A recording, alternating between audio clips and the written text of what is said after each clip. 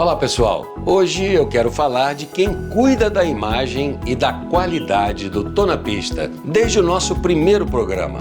Você sabe, quando a gente quer fazer algo bem feito, seja para sua empresa, para um projeto pessoal, para um canal do YouTube ou até para registrar um momento especial, qualidade não é detalhe, é obrigação. E para isso, eu só confio em quem realmente entrega. Por isso eu indico a Arte Final Produtora. Se você precisa criar um vídeo e quer fazer direito, chama a Arte Final. O contato é 21 41 14 44 14 pelo WhatsApp. Fala com o Lassá e não esqueça de dizer que fui eu que te indiquei.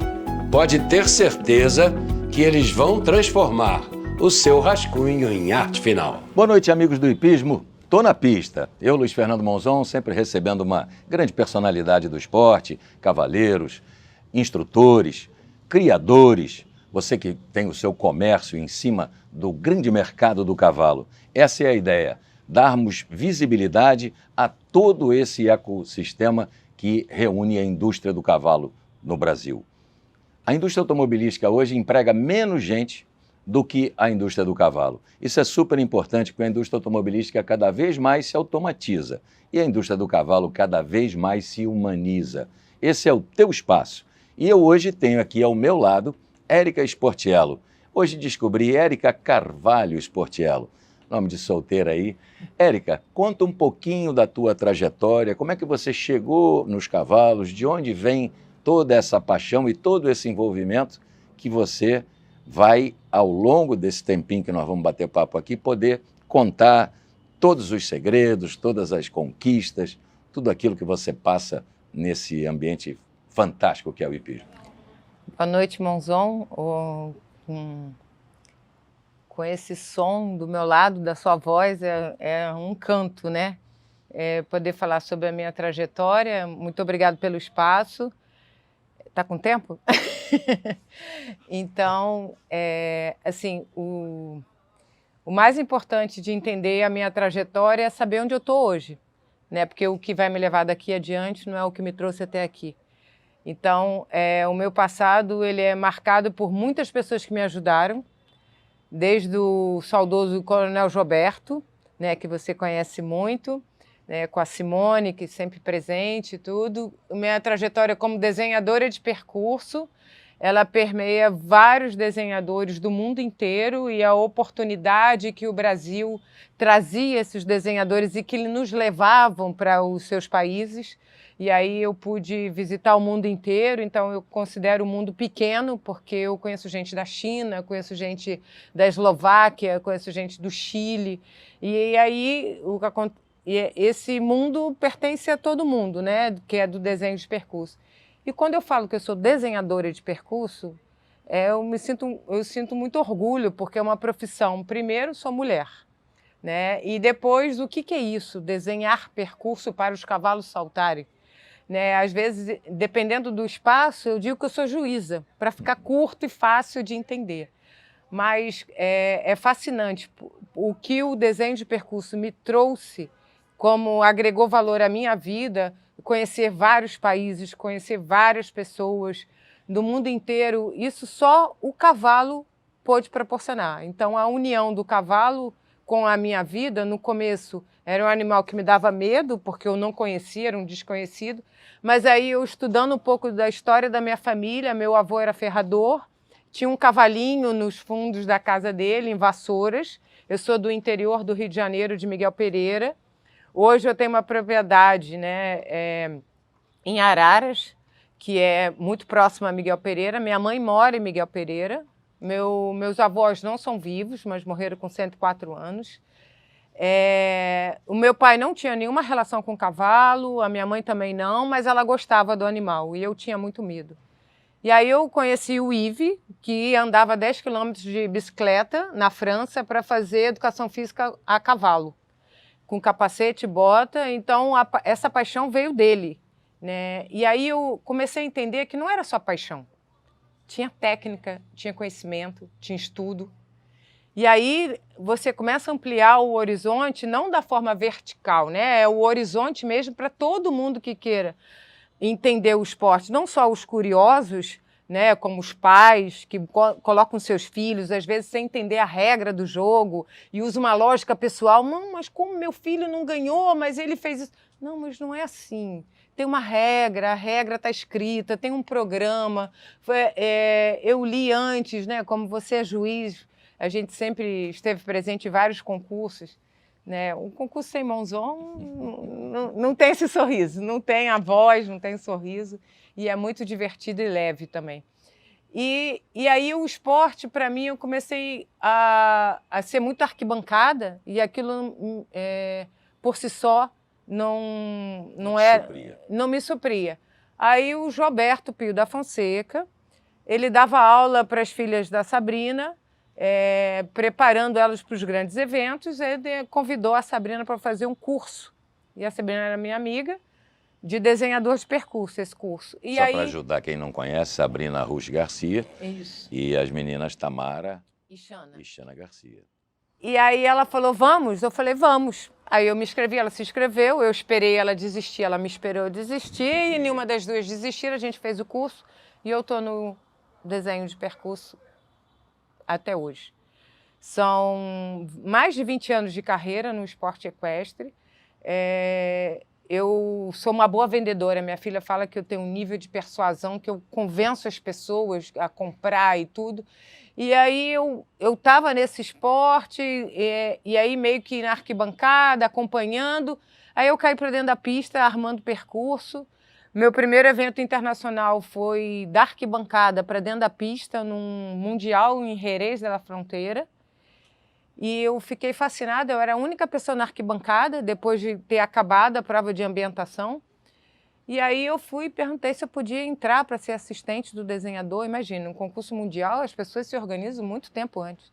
E dali em diante, aí eu falei que eu era conhecida do Hélio Pessoa, aí aquilo abriu umas portas para mim.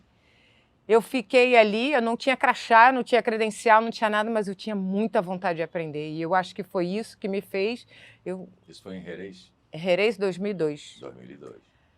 Isso me fez, assim, eu acho que a vontade é muito mais forte do que o conhecimento. Porque, às vezes, a pessoa no conhecimento, ela entra numa zona de conforto que não tem a vontade de quem não conhece. E aí eu acho, pelo fato de eu não conhecer nada e ainda não conheço nada do esporte, e a cada dia sei menos, me fez a cada dia buscar mais conhecimento. Então, eu leio muito, eu tenho muitos livros sobre isso. E é interessante que hoje eu estou transbordando, eu estou ensinando a desenhar percursos. Através da Confederação Brasileira de Hipismo, ela me nomeou mestre em ensinar armação de percurso. E aí a minha filha fala assim para mim, mãe, você se encanta com tudo que você lê, você acha que as pessoas não conhecem, então você quer explicar para elas. Eu falei assim, nossa, eu tenho livros que eu leio e falo assim, como? Como eu não pensei que montar um cavalo veio de uma brincadeira de uma criança numa égua de amamentar, de leite de uma comunidade, e aí a criança passava por debaixo da égua, a égua permitia, de repente ela passou a perna... E assim, tudo são hipóteses. A sensação que eu tenho é que tudo são hipóteses. Amanhã pode não ser isso. Pode ser tudo por água abaixo, como é o desenho de percurso. O desenho de percurso antes eram obstáculos colocados aleatoriamente na pista, e hoje tem um jogo das distâncias, né? Hoje que você pode mudar essa abordagem no obstáculo a partir de uma composição da cor. Então, não existia isso antes. Né? No meu curso eu até falo... Não, era científico, era tudo feeling. Então os grandes desenhadores eram aqueles que já tinham montado, que conheciam um pouco mais das dificuldades que tinham quando o cavaleiro. Exatamente. Mas hoje há uma cientificidade em cima disso. Exatamente. E as pessoas começam a poder ensinar. Exatamente. Eu adoro essa sua eloquência quando você diz estou transbordando aquilo tudo que eu captei. Porque é exatamente isso, ensinar devorei, é muito legal. Eu gosto, o que eu puder, eu acho que o esporte, isso aqui que está acontecendo, de poder transferir conhecimento, é uma forma de transbordar. Um podcast é uma forma de transbordar. Então, assim, eu acho que tem várias formas de transbordar, várias formas de ganhar dinheiro. E quando você fala da indústria automobilista, que é maior do que o esporte, porque o esporte ele é muito vasto. né? Eu estudo muito equinocultura através da USP. Né? Na França tem institutos que estudam o cavalo, que tentam cientificamente explicar as coisas. E aí você vê os grandes cavalheiros que falam, não, mas eu jogo meu coração e vou buscar do outro lado, né? Que era a filosofia de antigamente, né? Você jogava o coração pelo obstáculo, eram grandes, enormes. E tinha obstáculos que a falta era a pedra que caía, cada pedra é uma falta. E hoje você vê uma vara de raio, diâmetro, espessura, gancho de milímetros, composição mais vazado, menos vazado, mais luz, menos luz, testeira, cancela. Então, assim, eu não sei se os cavaleiros de antigamente que jogavam o coração saltaria com tanta delicadeza hoje, mas acho que os cavaleiros de hoje ia ser mais difícil soltar as coisas grandes que tinha antigamente, né? É um desafio muito grande pensar isso. Eu comparando com o futebol, porque todo mundo diz, o Pelé hoje não jogaria. Eu digo para você o seguinte, craque em qualquer modalidade, o craque, ele é o craque da época, ele enfrenta dificuldades diferentes e ele dá o jeito de resolver. Então, grandes craques sempre resolveriam a coisa. Eu não tenho a menor dúvida que o Neco hoje, com 30 anos, estaria montando. Mas eu usei um mau exemplo, porque o Neco é fino a cavalo, é delicado. Ele já era antes do hipismo mudar, não é? Mas com relação aos filmes que a gente vê das Olimpíadas de 60, 64, 56, realmente a armação mudou toda, não é? Os obstáculos eram muito parrudos, muitas varas, e era muito da potência dos cavalos, né? Se buscava potência nos cavalos só, e hoje não. Hoje é muito mais técnico, hoje o trabalho de plano é muito mais refinado para chegar no alto nível. E eu vejo isso também nos desenhadores, que hoje dizem, olha, eu não posso mais subir, isso aqui está no máximo da altura. Então, o que eu posso fazer? São conexões de linhas e de curvas e variação dos obstáculos, e principalmente um obstáculo extra que se chama o tempo concedido, que é completamente diferente fazer um percurso a 350 metros por minuto ou a 375 ou a 400 em algumas pistas especiais em que isso pode chegar. Durante muito tempo no Brasil nem se falava em tempo concedido, hoje em dia ele é importante. Ele é mais um obstáculo, como você mencionou, de fato. São muitos detalhes.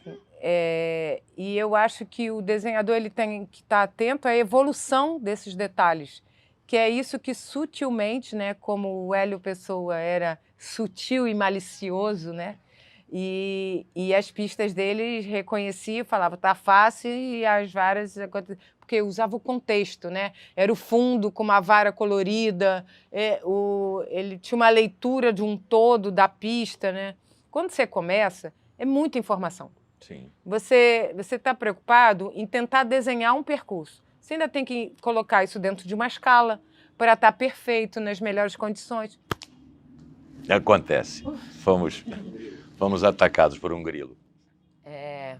E aí isso é uma evolução. Então, o desenhador, além da experiência de trabalhar com vários outros desenhadores, ele tem que estar atento à evolução dos percursos. Assistir concursos fora, ver as tendências de cores, né? Agora as Olimpíadas é um desafio. Eu fico encantada. Será o que ele vai fazer? Durante o Carnaval, eu fiquei contando lances em vários concursos para ver. Hoje em dia você não pode dizer quantos lances tem numa linha para um cavaleiro, porque dependendo do tamanho do cavalo, da forma como ele aborda, se o cavalo dele volta, se o cavalo só tem dificuldade de voltar, no alto rendimento não, né? Ele é completo. Isso. O cavaleiro é completo. Quando você assiste os 20 melhores resultados, você vê um nível de equitação exemplar, quase todo mundo fazendo a mesma coisa. Depois... De formas diferentes, mas quase todo mundo fazendo o mesmo número de lances, as mesmas abordagens. Isso. Voltando, usando a máquina do cavalo, né, a traseira na volta, o corpo, tudo de forma muito similar. Porque são escolas diferentes. Tem a escola alemã, tem a escola francesa, né? E eu acho que a gente é um misto de todas as escolas, mas com muito sentimento. Certo. Você vê que os cavaleiros somos bons? Somos, porque como vamos para a Europa, conseguimos resultados. Né? A gente A gente tem o nosso amigo Paulo Franco, que nos um dá trabalho informação incríveis de todo final de semana, o que acontece com todos os cavaleiros no mundo inteiro. E ali a gente vê a qualidade da equitação que os cavaleiros têm entregue para nós, torcedores. Né? Durante muito tempo a gente exportava cavaleiros talentosos e alguns cavalos excepcionais. E a gente dificilmente tinha um conjunto formado de um cavalo BH com um cavaleiro brasileiro dando resultado. Isso começou a mudar. Os cavalos começam a aparecer, vários criadores importantes do Brasil hoje têm cavalos disputando, às vezes até por outras bandeiras, espetacular, mas os conjuntos brasileiros começaram a dar certo lá fora. Cavalo BH, cavaleiro brasileiro, e a criação brasileira começa a ser olhada por várias pessoas. Há pouco tempo tivemos um super cavaleiro vindo ao Brasil buscar um cavalo.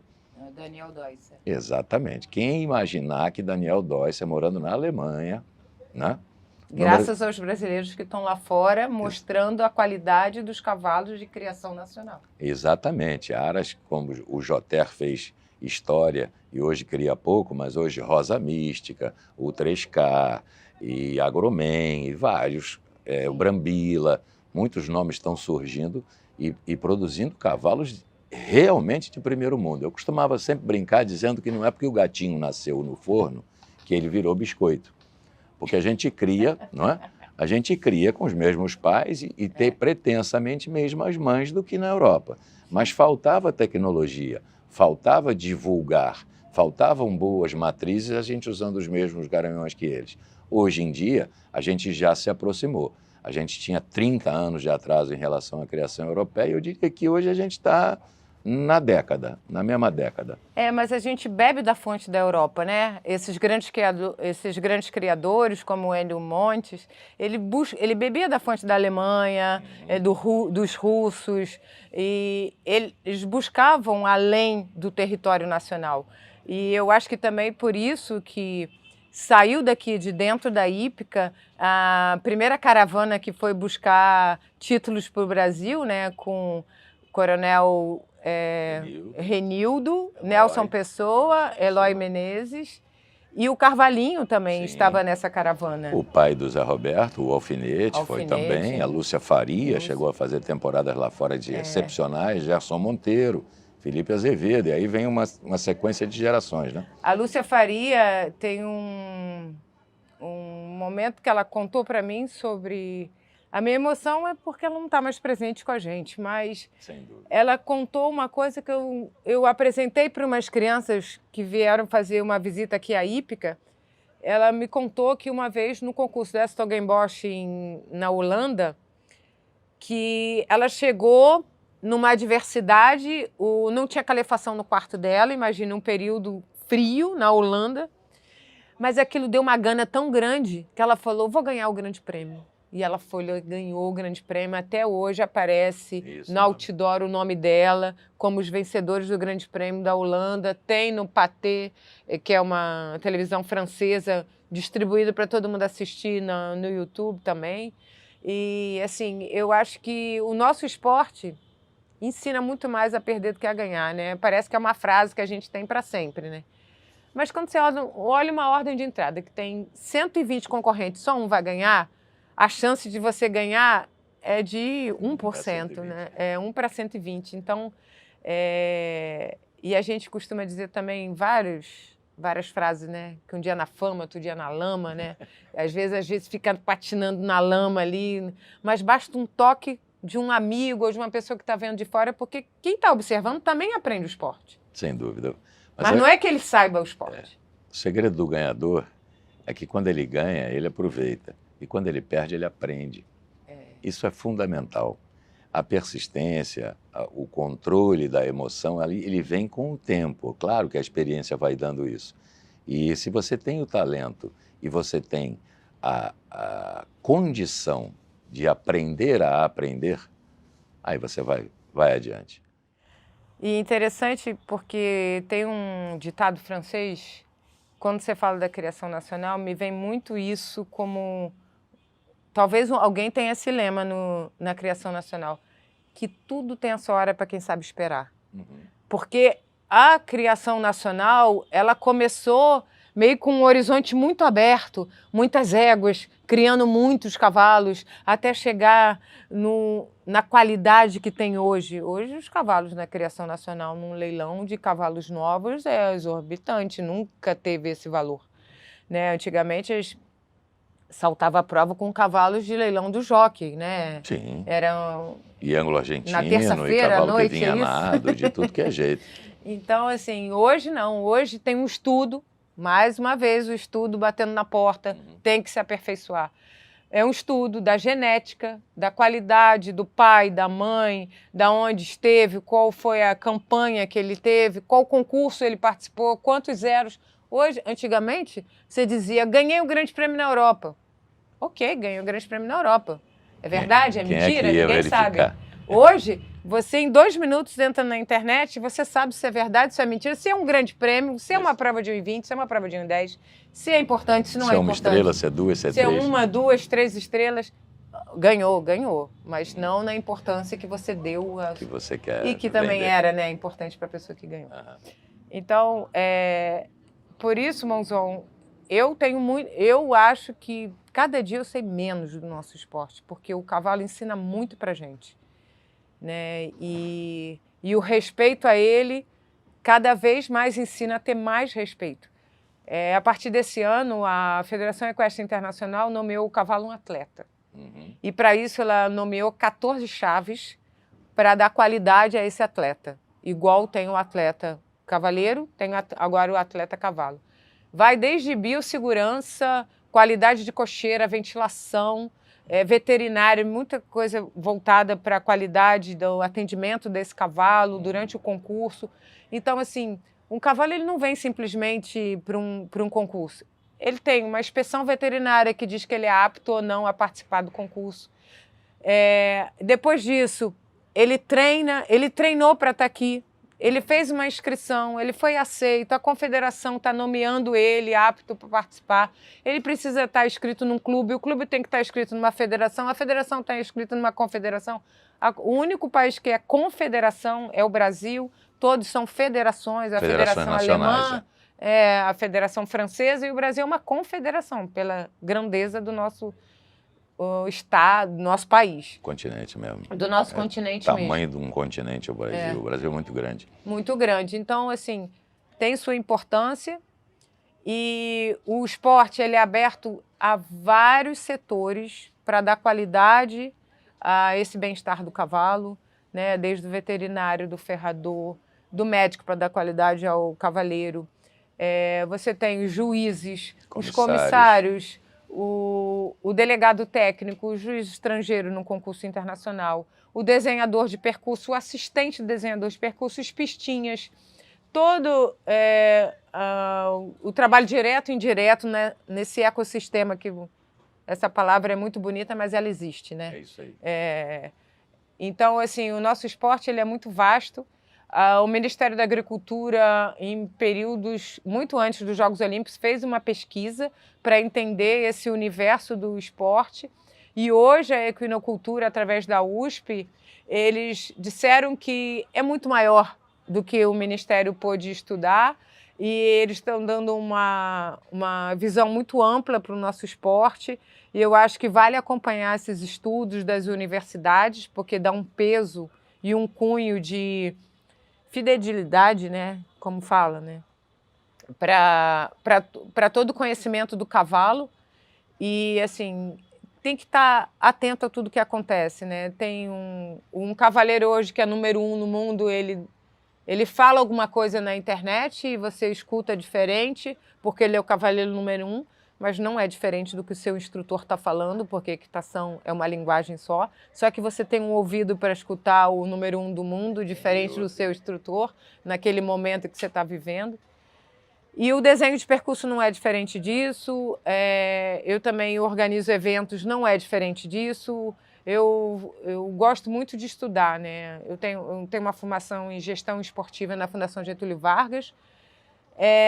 Eu lembro que quando eu entrei nessa formação, eram muitos jogadores de futebol. Aí tinham o Mauro Silva, o Petkovic, o Kaká, Eu falei, mas eu vou falar de hipismo aqui Como é no que meio eu do vou futebol. conversar com E essa era gente? Fundação Getúlio Vargas, FIFA e CIES. E aí a gente ganhava um prêmio para ir para a Suíça, mostrar nosso trabalho e tudo. O Juan, do Flamengo, também estudei com ele, a gente fez um curso, a gente fez a nossa entrega de trabalho final juntos. E a gente tinha gente de futsal, mas o esporte é um só. Sim. O fio condutor do esporte de respeito, dignidade, caráter, fair play, isso é para qualquer esporte. Com certeza. Então, quando você faz gestão de esporte, você faz gestão de pessoas. Isso pode ser para o cavalo, para o cavaleiro, para o público, para o patrocinador. Então, o respeito é para todo o ecossistema, né? Então, quando a gente fala de fair play é para todo mundo. Né? Não é fair play só para o cavalo, é fair play para o juiz, saber abordar o juiz, saber conversar, né? Postura é um fair play, né? Você vê o Rodrigo Pessoa no Mundial, ele recebeu um prêmio de fair play, porque no rodízio, para mim, foi o maior exemplo de fair play. No rodízio, ele montando o cavalo dele, um outro cavaleiro montando o cavalo dele, ele foi lá dar instrução Ajudar. de como montar o cavalo dele. Ele recebeu um prêmio de fair play, olha que bacana. Né? A gente vive hoje um mundo que a gente é premiado por estar certo, né? Porque muita coisa acontece errada. Então, assim, eu só tenho que agradecer esse espaço em poder explicar, porque as pessoas me veem caminhando na pista, não sabem da minha trajetória, né? Eu acho que o momento que vocês abrem um canal para as pessoas contarem a sua trajetória e o entendimento sobre o esporte, eu acho que você desmistifica um olhar que a pessoa tem sobre você. Porque quando a gente está ali no ferro e fogo, quando a gente está ali naquela confusão do esporte, de fazer o melhor, a gente tem medo. E o medo gera um pouco de raiva, um pouco de falar mais alto, um pouco de falar mais forte. E as pessoas, às vezes, interpretam isso errado. Mas, no fundo, toda agressividade é um medo, né? Sim, sem dúvida. A melhor Você quer defesa que é o tudo dê ataque. certo, né? A melhor Um gato acuado, ele tá com medo, mas no fundo ele tá carente. Ele quer que você fale diferente para ele poder te ceder, né? Você vê hoje a situação que a gente vê de resgate, é muito isso, né? Poxa, nem fala. A forma como você aborda, tudo é a forma como você aborda. Né? E o nosso esporte também é isso, né? Como você aborda o cavalo, como você toca no cavalo. E uma coisa que me chamou a atenção, Érica, desculpe te interromper, foi o seguinte, a reação que o Brasil inteiro teve com o cavalo Caramelo, que estava lá no telhado, no Rio Que Grande é do o Sul. caramelo, né? Que é o Caramelo. Pelo seguinte, eu achei que aquele impacto todo fosse pela paixão do gaúcho pelo cavalo, que tem a cultura do cavalo no Rio Grande do Sul muito arraigada, muito forte, mesmo quem mora em Porto Alegre. Todo mundo sabe da importância do cavalo na história daquele estado. Aliás, estado que tem uma história linda de defesa do território e de brigas internas Sim. que forjaram a alma, o espírito do gaúcho, que é espetacular. Todos os esforços aqui no Rio de Janeiro para mandar ajuda lá para o Rio Grande do Sul, todo mundo sabe que isso não vai acabar tão cedo, a reconstrução vai ser demorada. Mas eu notei que a paixão pelo cavalo é nacional, Sim. porque pessoas do Brasil inteiro mandavam ajuda de estados que eu jamais imaginei que pudessem estar preocupados com grandes animais, cavalo e boi, tudo.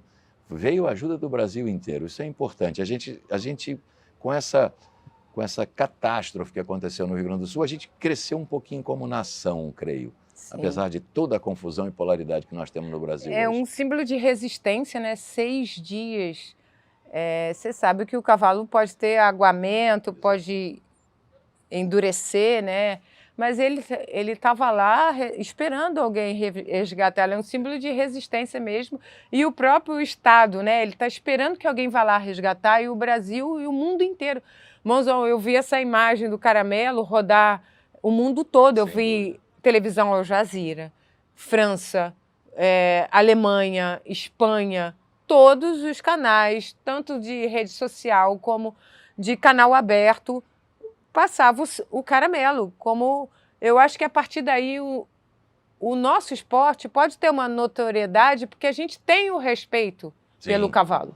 E foi super importante a participação da Brigada Militar lá, com o Coronel Cláudio Goja, e com veterinários que foram voluntariamente do Brasil inteiro. Todo mundo imaginava que aquele cavalo ia sair dali içado por um helicóptero. Isso. E eles Montaram tiveram uma estratégia completamente diferente de acalmar o cavalo, deitá-lo, né, sedá-lo, escorregá-lo para dentro de uma balsa, e ele chegou sem um arranhão. Não. Espetacular. Obviamente que muito debilitado. 5 dias em pé, com chuva no lombo, sem poder beber água, porque aquela água, se ele tentasse beber, ele cairia do telhado. Sim, né? sim. E outro cara que merece todos os nossos elogios foi o construtor daquele telhado, porque um cavalo em cima 5 dias e nem furou ali, não machucou ele, a telha ficou íntegra. É impressionante essa história. Essa história tem uma simbologia que eu considero espetacular. E é um símbolo de resistência. O povo do Rio Grande do Sul, irmãozão, o cavalo é muito importante. Hoje, eu posso ser polêmica ou levantar uma polêmica, mas é fácil você falar nosso esporte, não montar cavalos, ativistas, isso aqui. É fácil falar hoje, depois que o cavalo conquistou tudo para a gente, né? Porque Dom João VI trouxe um cavalo, o Alter, para trazer resistência, para transportar o ouro, transportar comida do norte ao sul do Brasil. E aí o sul tem o cavalo crioulo, que também é um cavalo resistente, um cavalo dócil, né? O adestramento também usa um pouco dessa mistura. Então, assim, é fácil hoje a gente falar, não faça isso com o cavalo, não faça aquilo. Mas o cavalo trouxe tudo. Olha o que Gengis Khan conquistou. Então, a junção do homem com o cavalo é a maior invenção de todos os tempos. Eu acho que o homem, quando ele se juntou com a velocidade, ele conquistou o mundo. Então, a gente só tem que agradecer o cavalo. O cavalo é tudo para a gente, até para quem não acha que é importante. Porque todas as riquezas foram levadas, transportadas pelo cavalo. O cavalo ele serve como transporte, esporte e terapia. Então, você pode trabalhar não só de crianças especiais, não sei o nome específico, desculpe, até baixa autoestima. A gente tem casos aqui de pessoas que tinham baixa autoestima por uma relação familiar, por uma relação de comparação com alguém, veio fazer equitação numa escola de equitação, que é o canal de entrada dentro de um clube, é a escolinha de equitação, que você não precisa ter o seu cavalo, que você experimenta do esporte. E dali, por terapia, pelo médico falou, não, faz equitação, que isso vai te ajudar.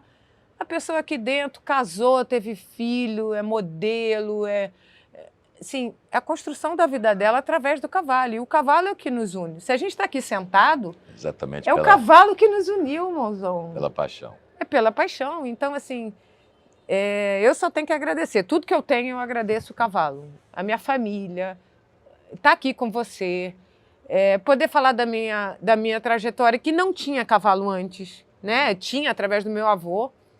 Mas se você fizer, né, um estudo, tem sempre alguém que montou a cavalo para você estar no envolvimento com o cavalo em algum momento. Até quem está aqui, os câmeras, alguém pode estudar que alguém tem uma história da família com o cavalo. Com certeza. Se não tem, vocês passaram a ser a primeira geração que vai dar a geração do cavalo para frente. Então, eu agradeço. Com certeza. E quando vem uma situação como essa que a gente está vendo lá no Rio Grande do Sul, a importância do cavalo para tudo lá. Lugares em que não passa nem o barco, nem o jet ski, as pessoas conseguiram chegar a cavalo e retirar a pessoa. Ah, que bacana. Não é? O cavalo já foi ambulância, já foi correio, já foi tudo que você possa imaginar. E, sem dúvida, é uma dádiva da natureza para nós. O cavalo fez do homem um animal que não tinha menor defesa com relação a outras feras que o caçavam, né? Sim. Fez dele um rei, um conquistador e transferiu da Ásia para a Europa, da Europa para a América, toda uma capacidade de mobilização que o ser humano sozinho não teria conseguido de jeito nenhum. Agora, Napoleão é um exemplo disso. Eu quero falar de uma outra coisa. Como é que é a Érica Já foi a Amazona, que eu me lembro, já até apresentei em pista. Como é a Érica hoje, mãe de Amazona? Você não me apresentou em pista, você me fez passar vergonha em pista. Não foi assim, fala sério. É sério, é sério. Não, foi a primeira vez. Não, mas sua pergunta... Mãe de Amazona, como é que é isso? Como é que é essa relação? No momento que a minha filha passou a primeira varinha no chão, eu falei que não tinha volta. Até porque minha filha, ela não teve opção. Ou ela gostava, ou ela gostava. Porque todo final de semana, concurso. É um esporte que nosso dia de férias é segunda. Sim. A gente trabalha sábado e domingo. Não tem hora para acabar, né, Mãozão? Nunca. A gente tem que respeitar todo mundo. Então, assim, a minha filha, quando engravidei, eu achei que a minha filha ia nascer e ia voltar à vida normal, desenhar percurso. 15 dias depois que ela nasceu, eu já estava num concurso armando. Só que ela falou, não, calma aí, eu vou estar de boa aqui, mas daqui a pouco você volta e fica em casa um pouquinho, né? Aí, dali, ela começou a ir com a gente em todos os concursos. Dos concursos, ela começou a montar, muito determinada, né? A gente tinha um pônei, amigos que emprestavam cavalo. O Aloysio de Miguel Pereira emprestou um pônei que ela teve até dizer, não, mas esse pônei é muito preguiçoso, muito preguiçoso, e não quer... Na verdade, era ela que não queria mais montar o pônei. Aí depois ela teve a Branca de Neve, que era filha do Petit Potin, que era um pônei que o Felipe Azevedo saltou e um high pônei espetacular, ganhou olho tudo. azul. Espetacular, exatamente. E o Felipe tem uma admiração pela Isabelle muito grande, então quando eu mostrei a foto dela com o pônei... Aí depois ela foi...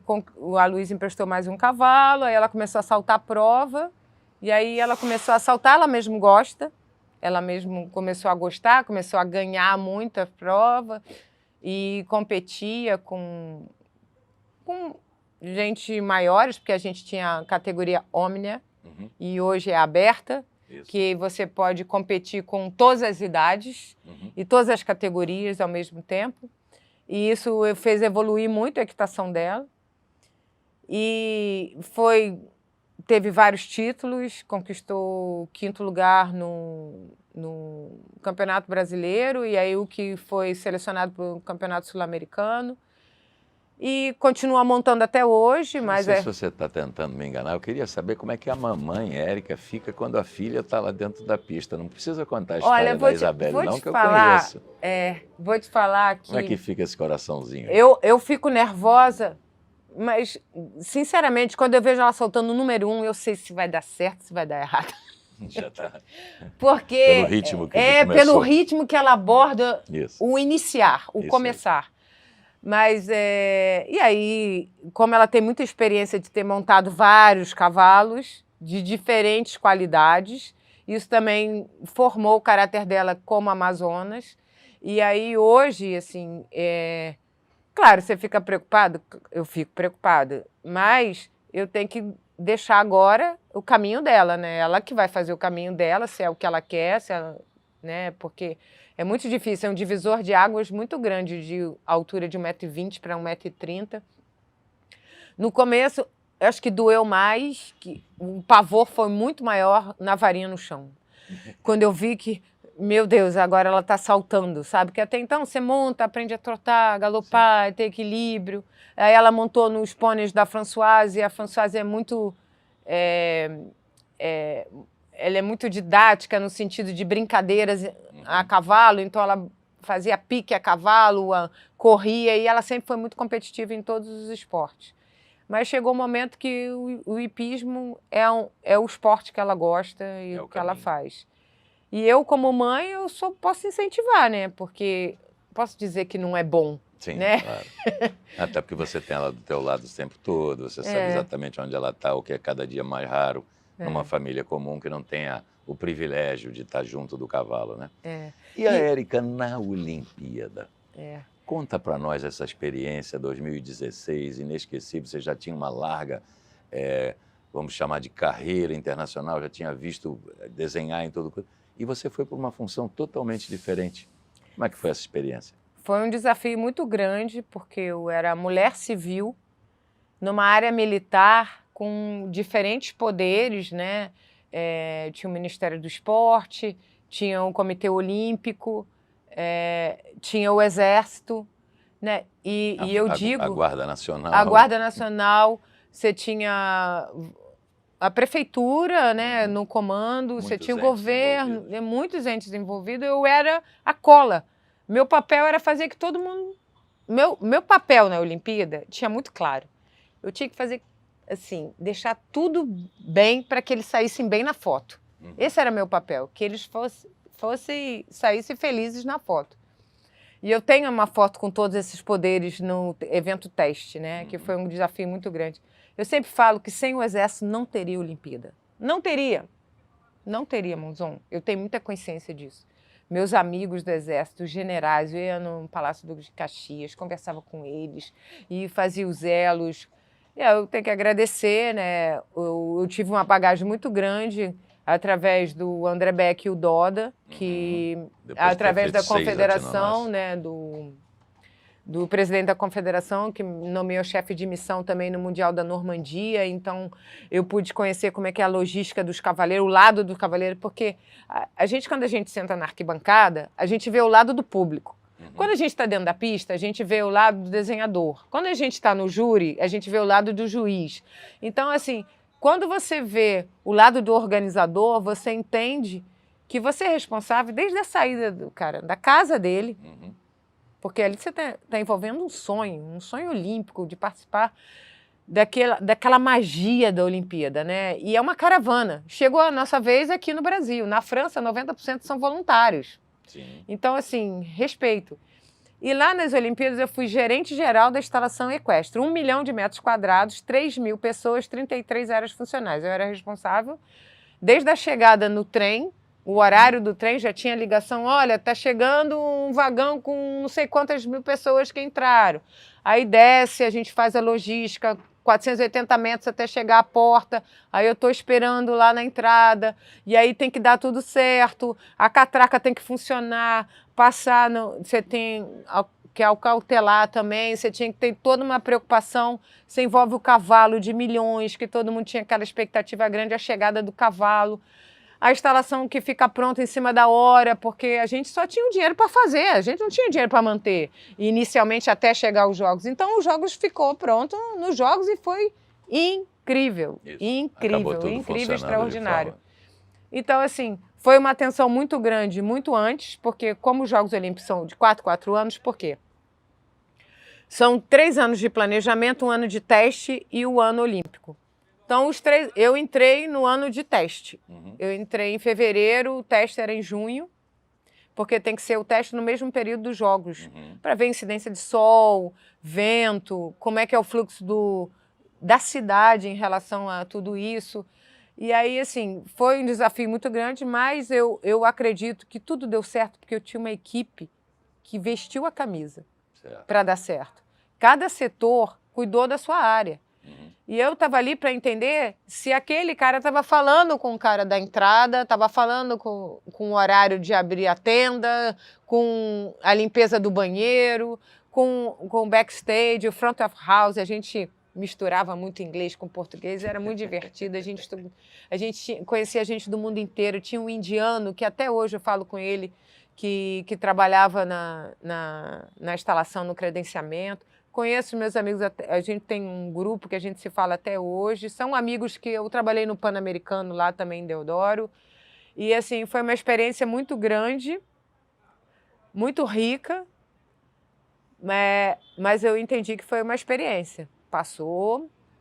E, assim, eu não segui adiante porque eu acredito que Deodoro tem uma magia, assim. A gente falava que Deodoro era o lugar mais bucólico e mais lindo dos Jogos Olímpicos, né? Porque a gente pôde receber os cavalos dentro da melhor instalação equestre de cocheira, tanto é que o Japão veio e eles copiavam, mas eles mediam milimetricamente a parede. Sim. Eu nunca vi isso na minha vida, porque a máxima do Japão é copiar para fazer melhor. Exato. Então eles copiaram tudo. Eles visitaram toda a instalação, mas é um momento muito... os Jogos, né? Acredito que a França vai ser lindo, Versailles, como a Inglaterra foi no Jardim da Rainha, né, essa disputa que fica entre os franceses e os ingleses, né, a gente já fez a nossa parte, que foi em Deodoro. E deu tudo certo, tanto no cross, que sempre tem algum contratempo e tudo, mas deu tudo certo. O adestramento, o salto e os elogios e as fotos, eu acompanho muito. Eu vivia com eles, né? Porque eu viajava muito nos eventos fora. A gente via que essa demanda, como a gente é do esporte, que a gente é do cavalo, a gente encontra essas pessoas. Sim, claro. Então eu tinha esse peso dentro de mim que se desse certo, não tinha mais que obrigação. Se desse errado, Culpa da gente. a culpa era De minha, alguém. de alguém, que ia ser minha, claro, meu CPF que estava ali também, mas eu ia acompanhar essas pessoas para sempre. Eles iam me apontar sempre, Isso. olha, Essa que foi não aquela faça lá. igual você fez, e ela fez ali, né? E eu lembro que logo que eu saí dos Jogos, na semana seguinte eu trabalhei em Los Angeles, num concurso. E na reunião técnica que é feita depois da inspeção veterinária, eles aplaudiram de pé. Eu falei, eu olhei para trás e falei, O que tá rolando? não, a gente está aqui com a pessoa que organizou os Jogos Olímpicos. Eu falei, nossa, mas eu esqueci de trazer minha equipe inteira aqui. Faltaram aqueles 3 Não mil. vai saber. Foi os 3 mil. Você acabou de falar uma coisa muito interessante, que a Olimpíada não teria saído, principalmente nessa parte dos equinos, sem a presença do Exército. E eu te digo, quantos anos já depois? 8? Nós já estamos a 8. Em 2016, Nós estamos em 2024, são 8 anos. A única instalação que está perfeitamente mantida é Deodoro. Está sendo usada, tudo isso. Aquele famoso legado olímpico que a cidade ia ganhar, a gente só viu deteriorar tudo. A natação, a pista de velocidade de ciclismo, tudo se perdeu. Deodoro está lá, de pé, por conta do Regimento Andrade Neves e da Escola de Equitação do Exército. Esse ano, a Prefeitura inaugurou as salas de aula no Rio 2 e em algumas arenas, né? E que foi, a gente se fala, né? Por isso eu acompanho isso. Mas Deodoro, para mim, o maior legado é minha filha todo ano ir lá saltar os obstáculos olímpicos. Para mim, esse é o maior legado dos Jogos Olímpicos para mim, muitos pessoal. deles com a mesma pintura até hoje, né? É muito bonito. A instalação está melhor do que estava nos Jogos Olímpicos. Claro, porque ela tinha acabado de ficar pronta, muito também não tinha jeito. Muito melhor. E assim, sempre quem tem o cavalo e que compete, se quiser tirar uma foto saltando um obstáculo olímpico, tem que ir no concurso. Com certeza o Esse cavalo ano valoriza. foi 102 anos da Escola de Equitação, tem que Isso. respeitar, né, Monzon? Com A certeza. missão militar francesa. Com todos os altos e baixos que essa escola passou, o que nós temos de teoria, de ciência em cima da equitação é esse legado de Saumur da França, que veio à missão francesa em 1920, né? E agora nós estamos em 24. Nós já temos 102 anos e a escola mudou de posição, mudou de aquartelamento 4 vezes. Primeiro ela na escola do Realengo, depois ela ganhou a histórica área onde ela ficou ali perto do Campo de Marte. Depois ela veio para dentro do regimento Andrade Neves, e aí esse regimento virou RESC, Regimento Escola de Cavalaria.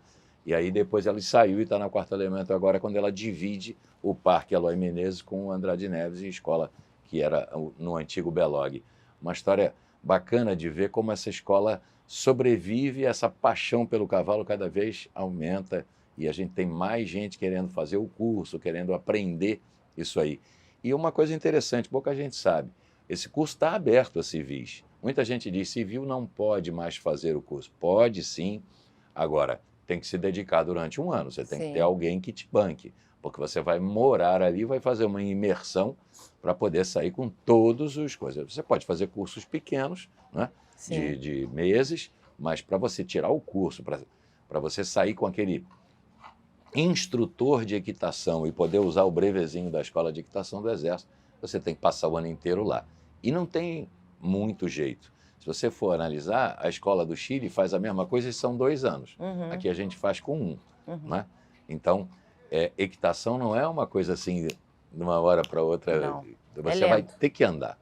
Tem que galopar. E eu voltei agora, né, de uma certa forma, para o Exército, né, porque junto com o Eric Souto a gente está fazendo um documentário sobre a história do Araújo. Me fala disso, Araújo é uma... O Araújo figura. é um pichinha que tem 94 anos, tem uma vitalidade absurda e não tem um olho e um braço. Eu acho que ele movimenta e trabalha mais que quem tem 2 olhos e 2 braços. Com certeza. E a história do Araújo é muito interessante, que para mim também é um legado que pode ser passado para as crianças de escola pública, para essa geração mesmo que em qualquer dificuldade pode desistir. O Araújo se considera melhor depois do acidente, que completa esse ano 50 anos. Uhum. Então, assim, a gente volta para o Exército, o General Pimentel vai nos ajudar a narrar essa história. A gente já escutou dos filhos o que representa essa figura Araújo, né, a mensagem que o Araújo deixa. Então, eu volto mais uma vez para o Exército, né, conto com a sua ajuda também, porque você tem o conhecimento do Araújo que eu sei. E para contar essa história e que a gente possa deixar cada vez mais conhecimentos através de respeito com a trajetória das pessoas, né, do nosso esporte. Érica, fantástico. Estou quase te chamando de enciclopédia, porque a quantidade de informação que você trouxe para quem está com a gente aqui no Tona é espetacular, principalmente a tua paixão da forma como você fala isso, né? Todos, e eu já vi muita gente dizendo assim, poxa, mas esse aí chegou ontem, já quer sentar na janela, né? Começou agora. Escutei muito. A gente sempre escuta isso, né? E quando você chega na idade que alguém vira para você e diz assim, esse sabe muito, né? E você tem ao mesmo tempo a humildade de dizer, eu hoje sei o quanto falta saber, né? E essa humildade é fundamental para que você evolua no nosso esporte.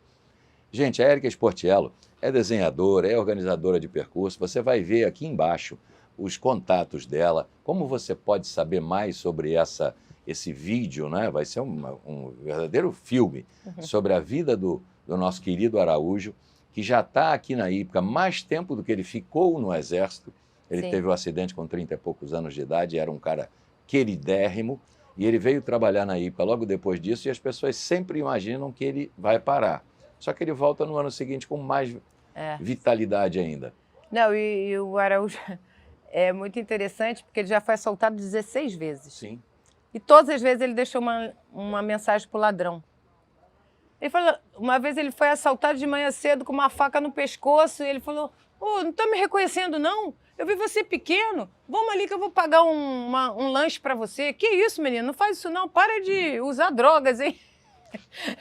E assim, e de uma forma, a dificuldade para ele não é dificuldade, porque não sei se é uma negação da realidade, eu não sei, mas ele tem uma magia, uma espiritualidade em contar a história, que ele te ensina a equitação. Ele fala, nossa, de tudo, ele sabe um pouco de tudo, de montar, ele fica ali na porta do paddock, ele fala para as pessoas que como foi a prova. Hoje ele fala, poxa, mas eles estão montando para o Rio a gente galopa, a gente não fica, não afasta para saltar o Rio. Então assim, como é que um senhor de 94 anos, que não precisava nem estar trabalhando, todos os filhos estão bem, ele tem um apartamento dele, sabe, uma situação que podia estar ali. Ele tem, teoricamente, 2 aposentadorias, uma pelo Ministério do Exército e outra pelo INSS, e ele quer continuar trabalhando. E a coisa mais engraçada é que na pandemia ele foi obrigado a ficar em casa. E a esposa dele veio aqui no clube e pediu, pelo amor de Deus, para deixar ele voltar a trabalhar, porque ele estava enlouquecendo ela, porque ele quer fazer tudo ao mesmo tempo. E ele, quando voltou da pandemia, falou assim, Monzão, estou treinando para maratona. Você sabe disso, não? Ainda não. Ele tinha 89 anos e ele começou a correr 5 km, 10 km, 15 km, 20 km. Ele falou, eu vou fazer a maratona na minha idade. Obviamente que eu acho que ninguém na idade dele corre uma maratona, e eu espero que ele não faça isso, porque aquela máquina não vai aguentar tanto. Os pichinhas, ele sempre foi muito rígido com os pichinhas, né, para conseguir o melhor deles também. E todos eles, o Cristiano, o Zezé, o Lucas, o Naldo, todos, Raimundo, todo mundo tem carinho muito especial por ele, né? E o Araújo ensinou muito Cada um bichinhos. deles. Então, assim, eu não consigo ver a Ípica sem o Araújo, né? Porque ele empurra as pessoas para continuar fazendo o melhor, ele Sem quer dúvida. tudo limpo. Quando você vê, ele tá lá, jogou gasolina na água, tá passando nas varas, você sente o cheiro, é o Araújo que tá aparecendo. É impressionante a vitalidade dele e a paixão que ele mantém viva até hoje, né? O que eu acho tão interessante, porque toda a minha formação de desenhador de percurso foi na Alemanha, em Aachen, Aix-la-Chapelle para os Arno franceses, com Arno Guego, que Isso. Eu fiz o curso dele aqui. carinho e admiração por ele. E tudo que eu conquistei, Mãozão, foi assim, me oferecendo para trabalhar nos eventos. Todos os seminários, meu nome está lá, mas é porque eu chegava 2, 3 dias antes, ficava na casa dele, ajudava a botar o nome das pessoas, ajudava a montar os kits, levava para lá, dava ideia, vamos usar um microfone, vamos levar para cada um para poder fazer as perguntas. Ficava responsável por isso. Fazia estatística de falta. Adoro fazer estatística de falta no concurso, em grande prêmio. Não consigo assistir um grande prêmio sem um Sim, papel e ia uma caneta anotando. para anotar. Porque eu aprendi com ele, né? E o professor Arno Guego era um engenheiro. Sim. E PhD e tudo. Ele consegue te explicar por que a vara é redonda. Qual é o diâmetro? Por que o gancho tem isso? Tem que ser Então, assim. era um estudo. A gente volta na questão do estudo, porque muitos cavaleiros hoje, eles entenderam que não era só sentimento que fazia eles ganharem as provas. Aquilo era uma técnica de armação de percurso. Perfeito. E isso, né, pode gerar um pouco de pânico em quem não sabe, mas é tempo de aprender. Sempre é tempo de aprender, né? E o Araújo, todas as vezes que eu vinha da Alemanha com curso, eu falava assim para o Araújo, deixa eu te mostrar o que eu aprendi lá na Alemanha. Ele falava assim, mas você precisou ir até a Alemanha para aprender isso? Eu já sabia. Então, Esse é o nosso ele é querido. encantador, encantador. Gente, eu estou chateado de acabar esse papo, porque está muito gostoso. Pode ser que você volte, Érica, se Deus quiser. O nosso programa vai ficar muito tempo trazendo personalidades fantásticas como essa que está aqui ao meu lado. Érica Carvalho Sportiello está à disposição do Brasil. Ela trabalha como desenhadora de percurso, ela dá cursos de formar novos desenhadores de percurso e a gente tem a sorte de ter a Érica Sportiello aqui no Rio de Janeiro, na Sociedade Hípica Brasileira. Sociedade Hípica Brasileira essa que convida para um evento que você está na frente. Vamos lá. A Sociedade Hípica Brasileira, eu tenho um carinho muito grande pela história que a hípica tem com o Rio de Janeiro, né? E eu fui convidada para organizar, junto com o Vinícius Gonçalves da Mota, a Copa Vila de Mol, aqui na pista José de Verda. Verda. Eu falei Verda. Eu descobri lá em São Paulo que o comendador Verdá era um apaixonado, era sócio da Hípica Paulista, esteve aqui, foi um dos fundadores, depois voltou para lá. Ele jogava tênis, e a família falou para mim, não, José de Verdá, não diga José. Não é José de Verda, é de Verdá. José de Verdá, que é um nome espanhol. Mais uma que a gente aprende. Espanhol é uma língua muito interessante, porque quando eu comecei a fazer o curso de espanhol, eu achava que eu falava muito espanhol. Mas a professora falou, não é assim. Eu falei assim, mas eu estou falando o que você está falando. Ela falou assim, não, você não está falando. Quando você falou Verdá e falou que era espanhol, aí eu descobri que eu não estava falando. Verdá. Então, vai ser uma pista grande, 95 por 95, vai trazer tudo o que o esporte merece e dentro da Sociedade Hípica Brasileira, debaixo do Cristo de frente para a Lagoa. É isso né? aí, a gente não cansa de falar. Nossa, assim, eu tenho um carinho muito grande pela hípica, né? Quando a hípica completou 80 anos, eu lembro que a gente fez várias ações aqui que pôde trazer um pouco da história da hípica e eu acho que em algum momento você tem que contar essa história, Monzon. Com certeza. Porque a hípica merece. Com certeza. Gente, tô na pista, hein? Érica Sportiello, muito obrigado. Você já está aprendendo como é que a gente mostra às pessoas que a gente quer que venham aqui passar, transbordar conhecimento, como a Érica tão bem usou, Você é sempre nosso convidado para estar conosco e entra em contato conosco. Tem várias formas de você participar desse podcast, ok? Tô na pista, tô com você, amigos do cavalo. Até uma próxima oportunidade. Obrigado, Érica. Obrigada, eu parabenizo a iniciativa e mais uma vez mais alguém transbordando no nosso esporte. Olá, pessoal. Hoje eu quero falar de quem cuida da imagem e da qualidade do Tô na Pista desde o nosso primeiro programa. Você sabe, quando a gente quer fazer algo bem feito, seja para sua empresa, para um projeto pessoal, para um canal do YouTube ou até para registrar um momento especial, qualidade não é detalhe, é obrigação. E para isso, eu só confio em quem realmente entrega. Por isso eu indico a Arte Final Produtora. Se você precisa criar um vídeo e quer fazer direito, chama a Arte Final. O contato é 21 41 14 44 14 pelo WhatsApp. Fala com o Lassá e não esqueça de dizer que fui eu que te indiquei. Pode ter certeza que eles vão transformar o seu rascunho em arte final.